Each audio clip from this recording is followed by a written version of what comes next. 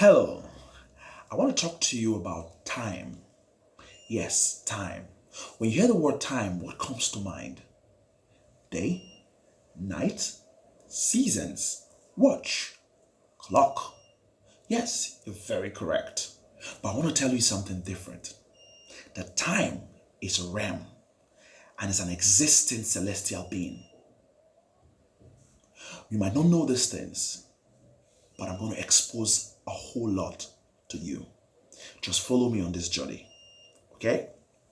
I wrote a few things down and I want you to just follow me carefully and as we go through this journey of time. Time is a spirit and one of the Most High's oldest creation. One of the Most High's oldest creation. He is the enforcer of law and keeper of records. I want you to remember these things. He's the enforcer of law and keeper of records. The only angel or spirit that has the power to kill death. You need to know this fact for true, that time is an existing celestial being. It's not just a word or something you can relate with as an entity. No, it's an existing celestial being. So I'm going to carry you through a journey and you will understand me much, much better. Time binds everything but cannot be bound. It's an authority that was given to him by the Almighty Creator. So he binds everything but cannot be bound. The Most High would use time to bind anything, just like Lucifer, who has been bound to time, just like man, who has been bound to time, and all the celestial beings being bound to time. So everything is time bound, but time itself is free. Time kills everything but cannot be killed only by the one who made it. And don't forget, it was made for a purpose. Time outlives everything that has life under the Almighty.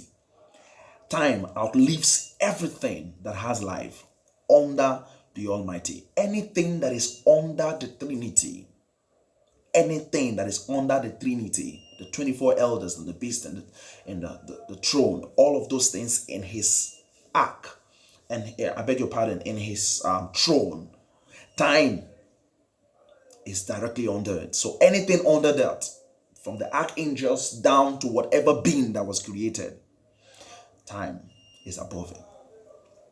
I'll prove that to you. Time rules everything but cannot be ruled. Time heals every pain. Time grows every weakness into strength. Time unveils the deepest of secrets. If you stay long enough, you would know. That's why people who are older tend to acquire a lot of experiences by time. Time will give you an opportunity to acquire a whole lot of experiences and knowledge. That's why the early people were able to do a lot of things and achieve a lot of things because they stayed long enough and time was able to teach them and unveil to them a whole lot of secrets. Just follow me. He made everything in the universe and the multiverse and handed it over to time. Everything that was made, every form of creation that was created was bounded to time. Everything. Even when Lucifer was cast down and then his case was settled and judged, it was time bound, that only the Almighty knows when he will cast him to the bottomless pit, where he will bring him out and put him into the everlasting fire, lake of fire. It has been sealed and settled and given to time. So time is the one in charge of that. Everything that was created runs towards time. Runs towards time. Okay? Now, the question is, when was time created? The Almighty obviously created time. In the book of Genesis, it's written that in the beginning, the Lord makes the heavens and the earth. So when is the beginning? Beginning means time. Okay? So that means that time was created before the beginning. Yes. Before the beginning began, there was the Almighty. And then time was not created. So if the Almighty created time, so the time is not older than his creation, than his creator. I hope you're following me. Okay? I wrote a few things that I had to explain this so you can follow me. Ancients of days, the oldest amongst the old. Infinity is the life he has, the existence of immortality in a realm called the celestial. Now, if the Almighty made time and time was made before the beginning, so what is binding the Almighty? Yeah, he's not living in the realm of time. He's outside of time. Are you following me? He's outside of time. So there are different realms that are existing before time and outside time. But any other realm that is in time is subject to time. You hear people call him the owner of time. Yes, subject to time. It's like me owning this watch. This watch is subject to me. I can decide to turn it to the left or to the right.